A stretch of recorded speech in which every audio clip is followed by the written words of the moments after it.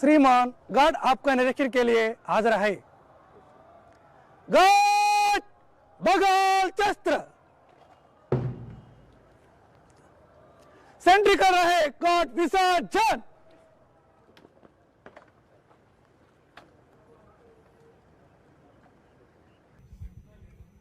Honorable Governor,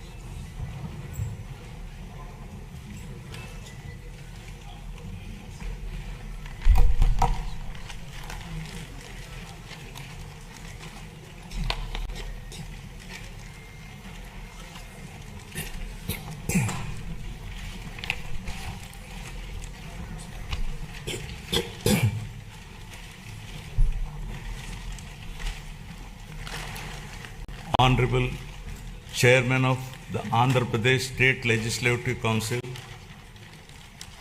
Honorable Speaker of Andhra Pradesh Legislative Assembly, and Honorable members of this august legislature, it's my honor and privilege to address this joint session of the legislature on the occasion of the budget session for the year 2026-27. The state of Andhra Pradesh has witnessed significant transitions since its bifurcation in 2014. The government that assumed office that year was confronted with unprecedented challenges, including state reorganization, division of assets, loss of urban conglomeration and the capital city, infrastructure deficits, and an agricultural dominant economic base. Despite limited resources, concerted efforts were made to stabilize finances, improve connectivity, rebuild institutions, and lay the groundwork for long-term development. However, the change in governance in 2019 disrupted this momentum. Systemic governance failures emerged, growth stalled, financial stress intensified, institutions destroyed, total anarchy with breakdown of law and order, arbitrary restrictions placed through misuse of Section 22A, and key sectors such as infrastructure, power, irrigation suffered serious setbacks.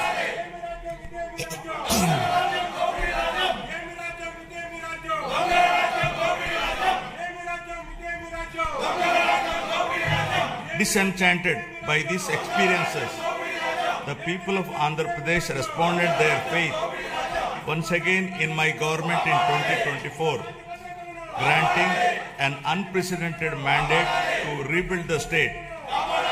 The decisive verdict of electing National Democratic Alliance government reflects their deep trust and confidence in the leadership of Honorable Chief Minister Sri Nara Chandrababu Naidu Garu, the committed partnership of Sri Pawan Kalyan Garu, Honorable Deputy Chief Minister, and the continued guidance and support of Honorable Prime Minister of India Sri Narendra Modi Garu. Over the last 19 months, my government has followed a calibrated path from revival towards ascendance. Immediately after assuming office, an interim finance plan was placed to stabilize governance and address urgent obligations. This was followed by our first budget, prepared within a short span, which focused on delivering Super 6 and other welfare measures and restarting development activity.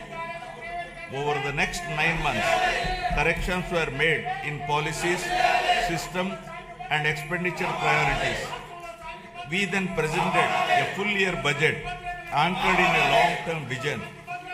Today, governance has moved beyond revival with welfare, development, and governance aligned to future-ready models. Upon assuming office, my government placed transparency at the forefront by releasing 7 white papers that objectively documented and thereby made common citizens understand the misgovernance in public finances, derailment of the Polavaram project, destruction of the power sector, misappropriation of natural resources, criminal excise policies, deterioration in law and order, and the misguided 3 capital proposal with an aim of destroying futuristic Amaravati that stalled the state's overall progress. By openly acknowledging the problems, my government demonstrated transparency and seriousness of intent.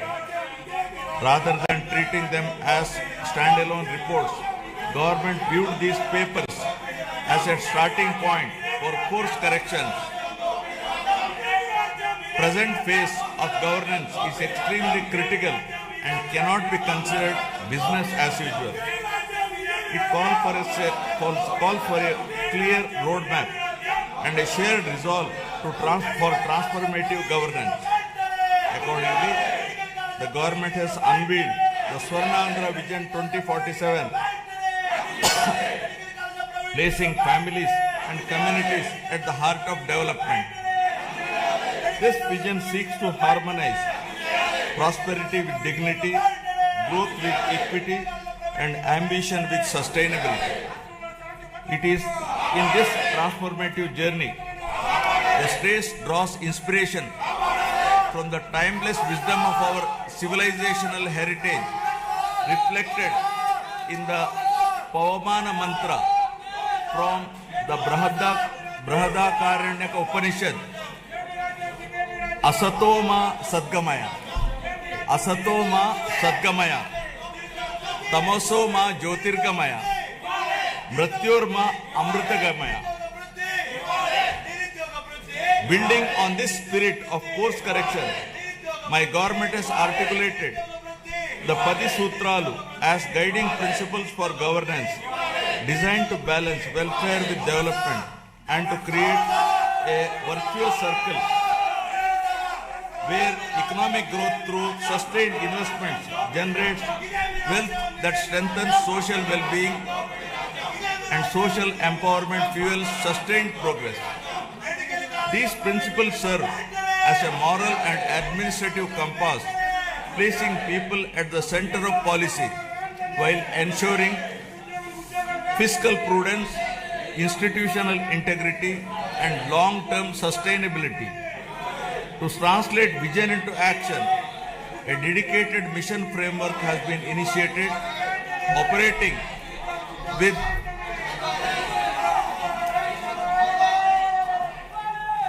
To translate this vision into action, a dedicated mission framework has been initiated, operating with clearly defined objectives, milestones, and accountability mechanisms. Anchored in this guiding spirit, the government has proceeded with focus and resolve. The Swarnandhra vision lays out a clear economic pathway, aiming for sustained high growth to build a rupees 308 lakh crore economy with a per capita income of rupees 55 lakh by 2047. While the long-term pursuit remains firm, the government is undertaking regular interventions and mid-course corrections to stay aligned with evolving realities. A structured review and monitoring framework has been instituted with periodic conferences of ministers, secretaries, and district collectors to assess progress, address bottlenecks, and implement timely course correction, ensuring accountability and continuity in execution.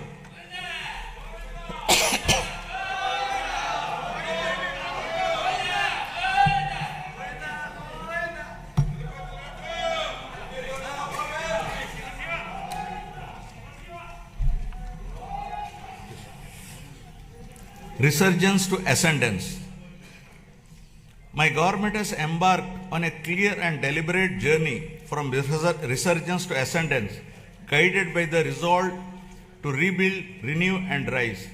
The initial phase of governance focused on restoring stability, dignity, and trust through welfare support, economic revival, and administrative correction. Having laid this foundation, government is now shifting towards long-term transformation by investing in human potential, sustainable development, and responsive governance. Policies are being aligned with outcomes, institutions are being strengthened, and citizens are being placed at the center of decision-making.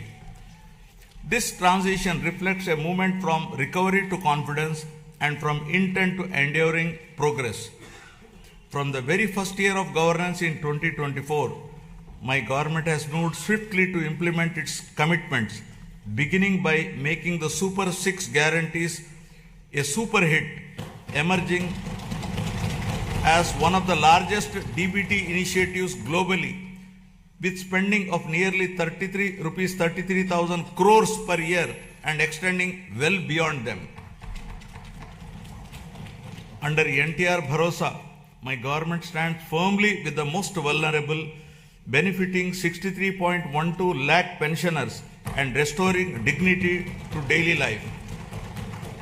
Through Talliki Mandanam, financial assistance of rupees 15,000 per month is transferred directly to over 66 lakh students' bank accounts of mothers, irrespective of number of children, enabling them to pursue education from class 1 to intermediate without financial stress.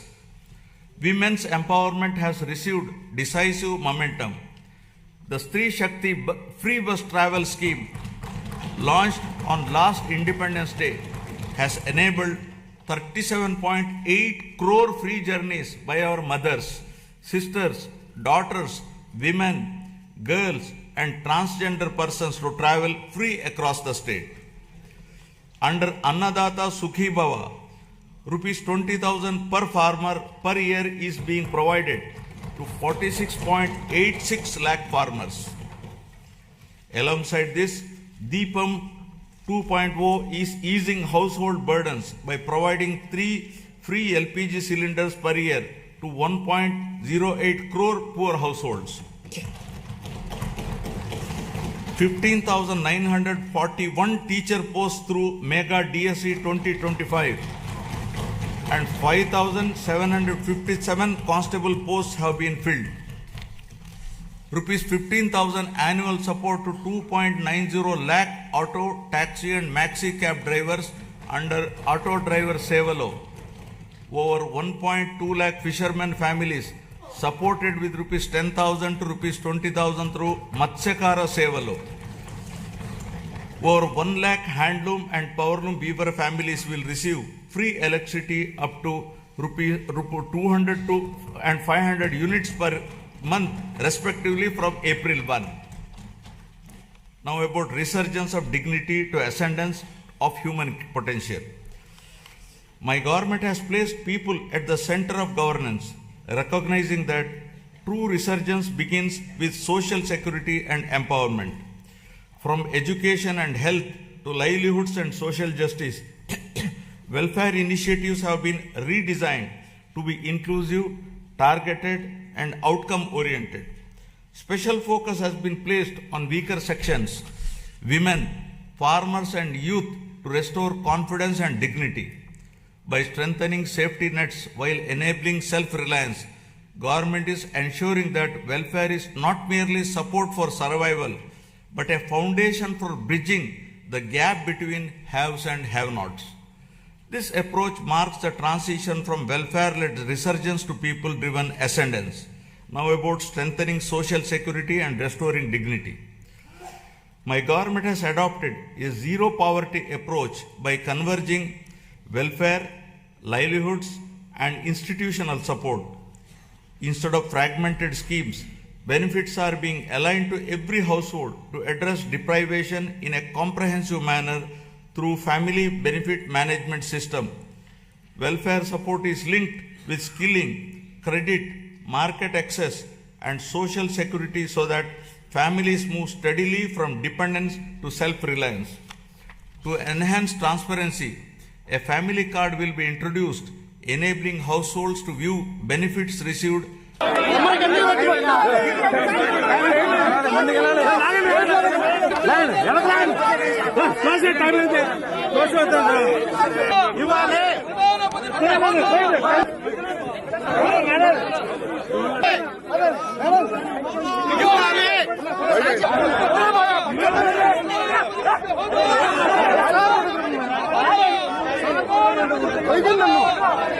Jagannath!